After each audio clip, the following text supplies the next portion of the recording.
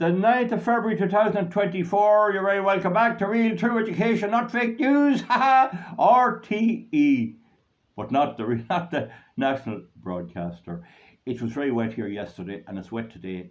Cold out weather, typical February weather. Anyway, spring is here, they say. I don't know.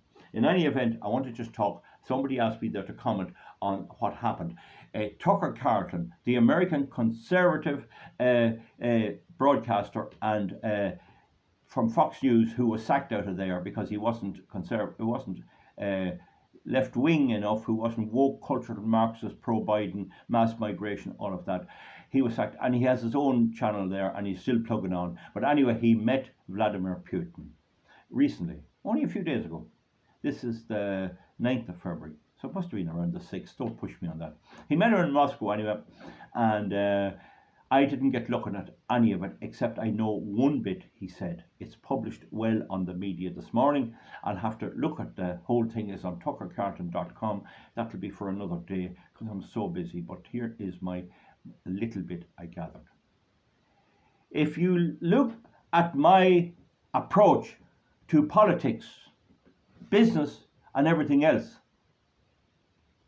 you see that there's a big part of it trying to get my viewers to spot the Chancellor. Understand? My father always said that these Ponzi scheme men, like Bernard Madoff, should be given a medal. They shouldn't be jailed for fooling some of the greatest astute, mainly Jewish investors out of $50 billion. And my father said, give him a medal. And I fully agree. Anyone can fool these great people to such an extent deserves a medal. Right, okay, that's maybe a very strange view to have. People who say they broke the law, they should be put in jail. What about due diligence? What about checking out the facts? Why do people sign off on 50 billion without checking out where it's going or what is being done with? In any event, what I am doing, you see what I said about most of the politics. I am stopping the politicians from fooling their people into thinking they're going to do what they want when in fact they think the exact opposite. Now you look at Nigel Farage. He persuaded the British people to vote for Brexit. So that proves that there was at least 17.5 million people in Britain who were conservative like me, that didn't want the EU interfering, but they were conservative. They were against the mass migration, right? So he got the vote on that. You look at Donald Trump, who was almost a direct copy, and whom Nigel Farage went to England, and he went to America, and he canvassed for him on the platforms at the rallies. Okay, so I would be very much of that nature, except that I am an Irish nationalist. I'm an Irish conservative. I'm not necessarily an Irish Republican. If there was a good king running Ireland in a conservative way, I would not be too annoyed with that. But that's only given my opinion. I don't think the word Republican is all that important. I think what is important is that my people who live in Ireland run Ireland and own Ireland, and we imply the government, not the other way around. So in any event, one of the things that comes out about Putin, and I haven't said that he's a democratic leader, and he is doing things I don't like. I believe he has people in the gulag for criticising him, and I believe he may well block an opponent from running in the next election. So that has to be built in. But then look what's happening, Donald Trump. Are they going to give him a free run at the election? They're going to try and block him in every way they can.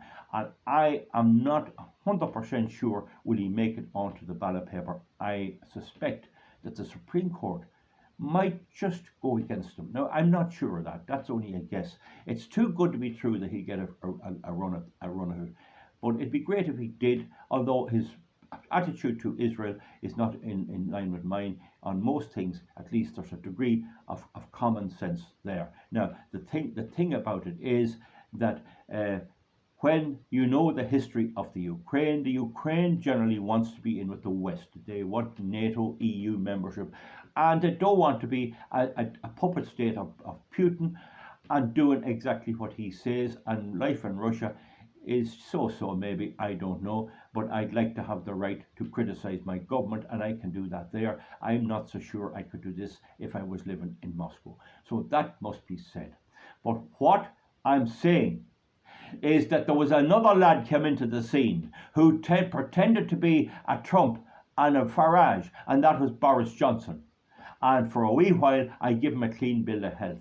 But any of you who followed my videos will realise I spotted him very quick that he was a fraud, F-R-A-U-D. He was a fake Conservative.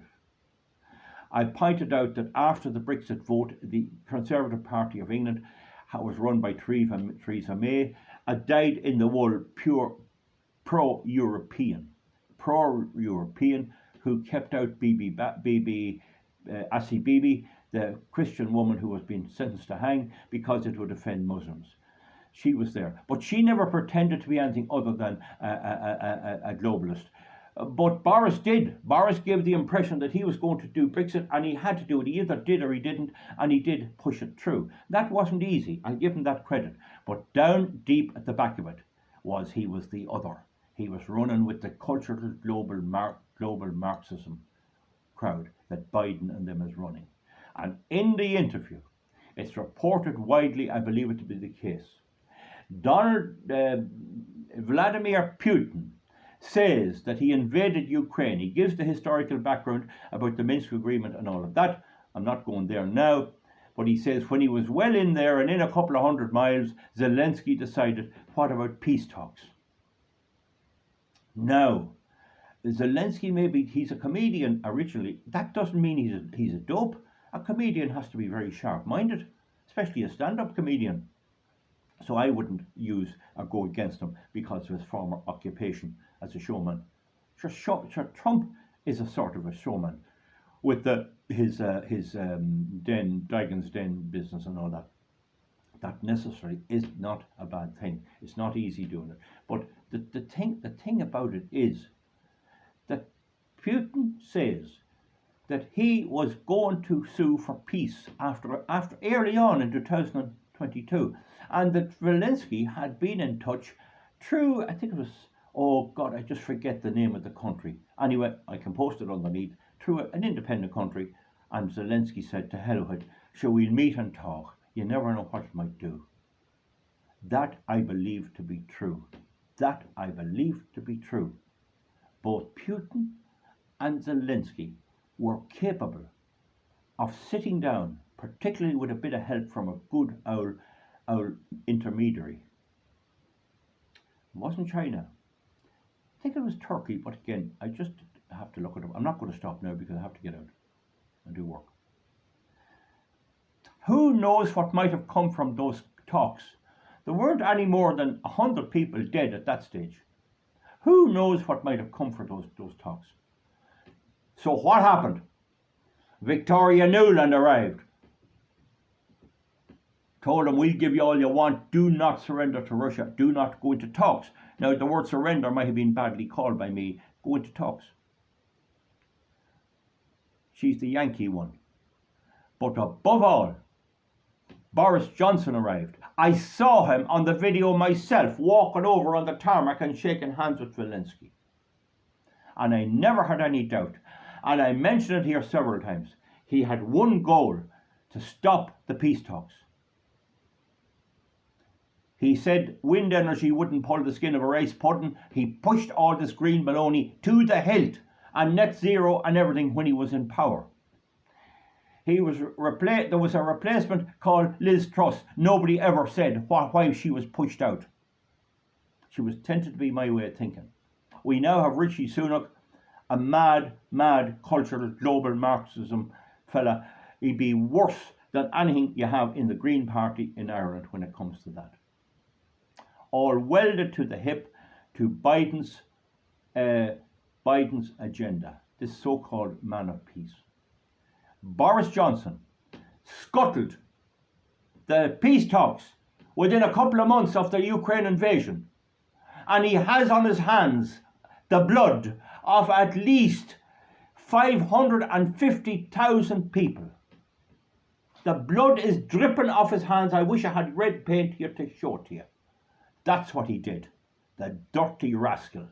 The dirty, filthy rascal. With his old gruffy way and his big old head of hair. Oh, look at me, my head of hair. Oh, I'm one of you. He was never one of us. He was never an ordinary man's man. He was a fraud, bought and paid for by the World Economic Forum, Soros, and all of these.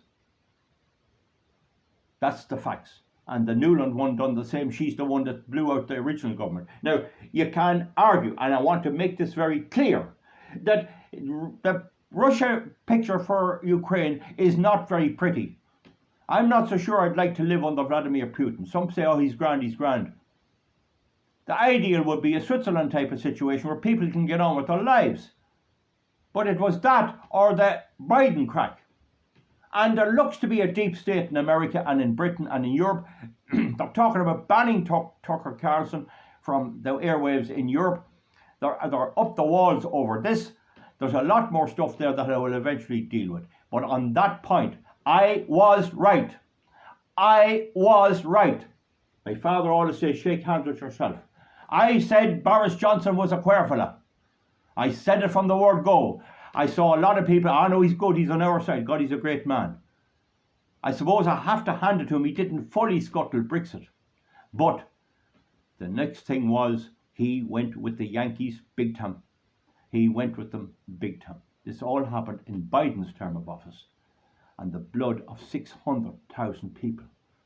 How could anyone do that? If you ever thought anything of Boris Johnson, whether you're an Irish unionist, an Irish nationalist, an ordinary person or a British person or an American. The blood is dripping off Biden's hands. He's still pushing the bloodshed. The blood is dripping off Ursula von der Leyen's hands. And the blood is dripping off the Irish government's hands. Dripping. And it's dripping off all the British politicians. That's what Boris Johnson did. That's what one of the first observations of the Carlson-Putin interview. I believe Putin did not have sufficient reason to lie on that. And that ties in exactly with what I observed and saw all the way. That bit ties in. I won't comment on any of the rest. No doubt there'll be commentators saying here, oh, Putin's this, that and the other.